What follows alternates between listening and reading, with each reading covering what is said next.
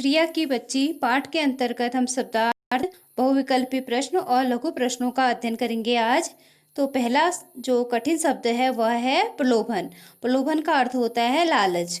जो माधव दास होते हैं वह चिड़िया को तरह तरह के प्रलोभन देने का प्रयास करते हैं। फिर दूसरा शब्द है परिवर्तन।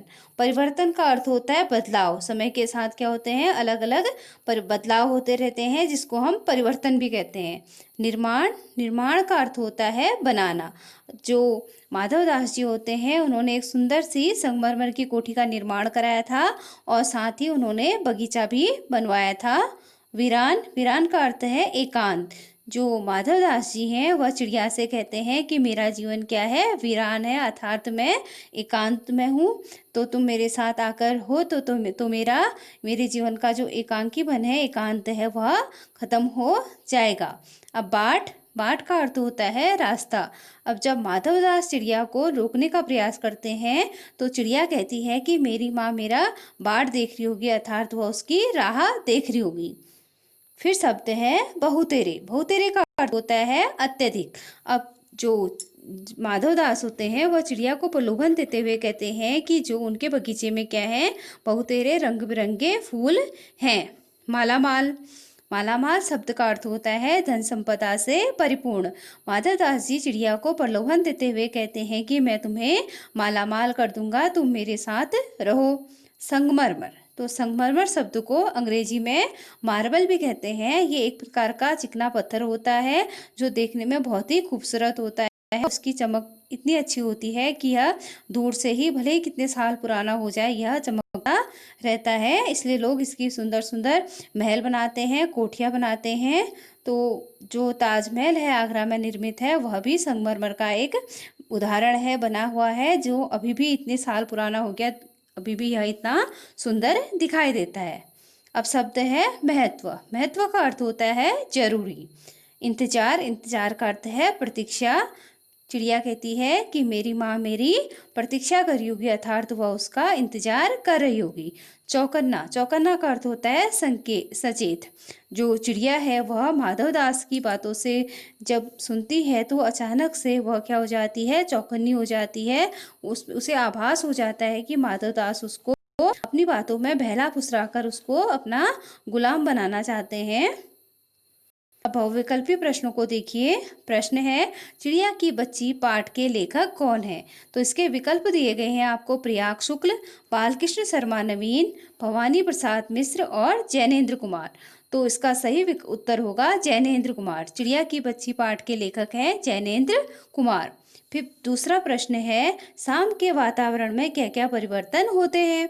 तो इसके विकल्प दिए गए हैं आपको। गर्मी कम हो जाती है, हवा चलने लगती है, आसमान रंग बिरंगा हो जाता है।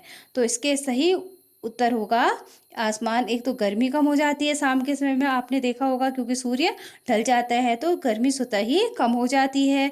और आसमान सूर्य के ढलने के कारण रंग बिरंगा हो जाता है, आसमान कई रंगों का हो जाता है। तो इसका पहला और तीसरा दोनों विकल्प सही होंगे।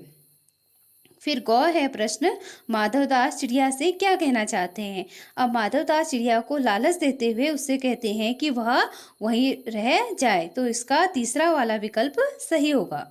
फिर घ है माधवदास चिड़िया को किसका प्रलोभन दे रहा है? सोने का पिंजरे का, पेड़ की डालियों का, घोंसले का, अपने धन दौलत का। इसका सही उत्तर होगा अपनी धन दौलत का। यहाँ पे वो सोने के पिंजरे का लालच देते हैं, प्रलोभन देने का प्रयास करते हैं, लेकिन जो आपका चौथा विकल्प है अपने दौलत का, उसके अंतर्गत सोने का पिंजरा भी आ जाएगा। इसलिए इसका उपयुक्त उत्तर होगा अपने धन दौलत का माधवदास चिड़िया को प्रलोभन देने का प्रयास कर रहे हैं। फिर प्रश्न है बगीचा में चिड़िया कहाँ आकर बैठी? जमीन पर बैठी थी, फव्वारे पर बैठी थी, तीसरा विकल्प है गुलाब की टहनी पर बैठी थी, या टीले के पास बैठी। तो सही उत्तर है चिड़िया गुलाब की टहनी पर आकर बैठी थी, क्योंकि उसे गुलाब का फूल बहुत ज़्यादा पसंद हो रहा था। फिर इसके बाद है चिड़िया की गर्दन का रंग कैसा था? तो चिड़िया की गर्दन का रंग क्या था? लाल था। फिर आपका विकल्प है माधव दास के बगीचे में चिड़िया के आने का क्या कारण था?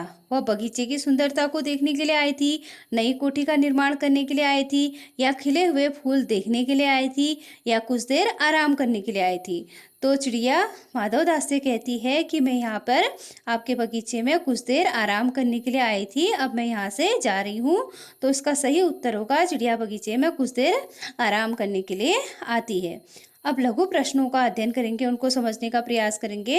पहला प्रश्न है, माधव दास ने किसका निर्माण करवाया था?